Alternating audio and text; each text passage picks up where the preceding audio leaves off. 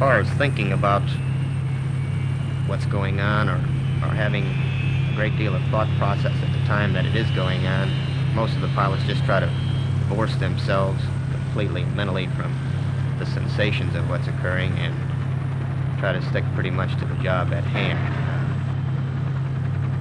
Whenever we go into one of these operations, as soon as a man is hit, it's just a matter of minutes before his replacement slips into the seat. In many cases, they don't even have time to clean the blood up off the aircraft.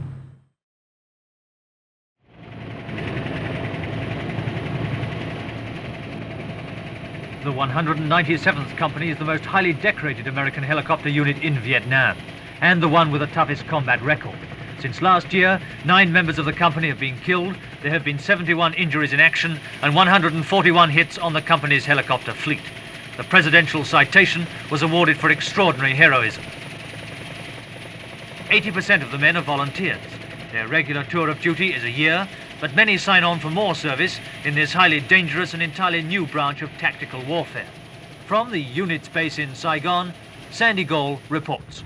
Helicopter war in Vietnam is certainly the most dramatic and one of the deadliest forms of warfare out here.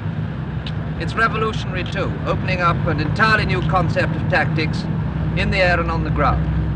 And for the American helicopter crews that fly these missions, it's a highly dangerous business. When a helicopter's coming into attack, it's only doing about 80 miles an hour, flying at a few hundred feet up, with neither the advantage of speed nor altitude to help it. And the shooting of the Viet Cong is getting better all the time. In charge of the 197th Helicopter Unit is Major Joseph Jaggers.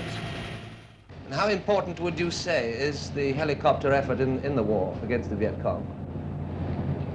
Well, sir, I would say that the helicopter effort has been all important. I think without the helicopter, it would have been impossible for the Vietnamese government to resist the Viet Cong to date.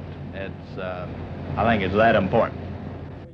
Most of Jaggers' men never get a day off, even work non-stop for days at a stretch, either in the air or on the ground. For them, Vietnam is a way of life, complete with theme song. Hello, Father, dearest Mom, here I am in Vietnam. Weather here is so zany. For 6 months it's dusty and 6 months it's rainy. Dear Aunt Gertie, Uncle Louie, I got my check out in an armed Huey. Now my troubles are all bygone, 'cause I'm over here a-shooting around Saigon. I went flying with Jim Lee. Like the flyers, the mechanics work flat out under the eye of an officer who has nothing but praise for his men. We have here some of the most professional mechanics you've ever seen in your life.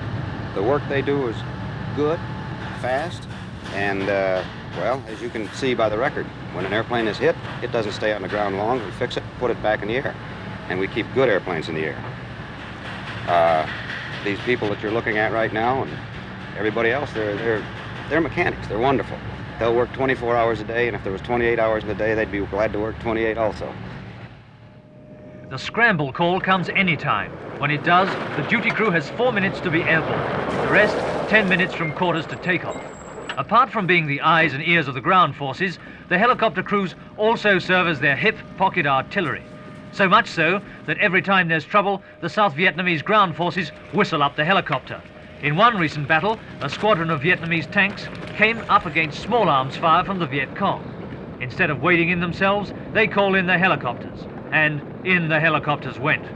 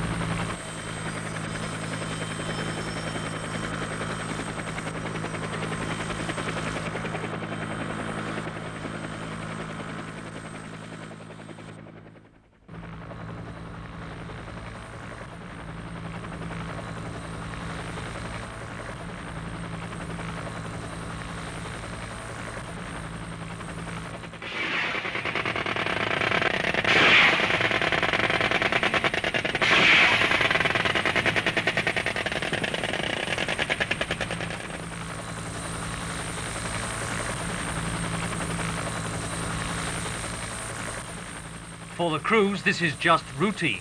But what are the feelings of a pilot in action? You get to the operational area itself, it gets so busy so quickly that you have very little time to think at all.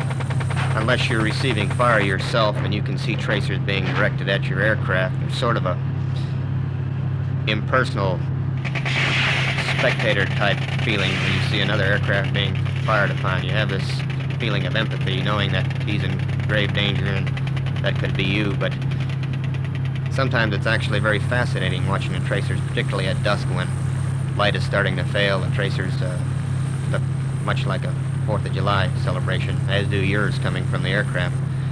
I think that as far as thinking about what's going on or having a great deal of thought process at the time that it is going on, most of the pilots just try to divorce themselves completely mentally from the sensations of what's occurring and try to stick pretty much to the job at hand. Whenever we go into one of these operations, as soon as a man is hit, it's just a matter of minutes before his replacement slips into the seat. In many cases, they don't even have time to clean the blood off the aircraft.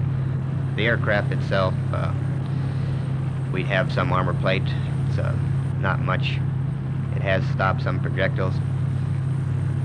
Others haven't been slowed down by it at all, and it all depends. It's a trust and luck proposition. Trust and luck, and a sense of harsh reality. The men who fly the helicopters have no illusion about how long the war may last in Vietnam. Major Jaggers again. In 5 years, I believe we can give you a pretty good idea of when the war will be over. But I would be very surprised if it is over in less than 5 years. In Vietnam this morning, American forces were boosted by 1,200 more Marines. In Vietnam this afternoon, American troops killed 8 more Viet Cong. In Vietnam tonight, the American helicopters await another day of warfare. Now my troubles are all bygone, 'cause I'm over here a-shooting around Saigon. I went flying with Jim Lee. He got shot right through the knee. You remember Leonard Skinner? Oh, he got mortared up at Benoit after dinner. And my buddies, Bill and Tom, they got blown up at Quin Yon. You remember Larry Drew? He got his leg shot off at Pleiku. I just talked to Warren Green. He said he saw a MiG-15. He said it started a bombing run. I think I'll watch it, this should be a lot of fun. You should see him, he's a beaut. Now he's strafing Tonson Newt. He's coming this way, his aim is better. Oh darling, mutter fodder, disregard this letter.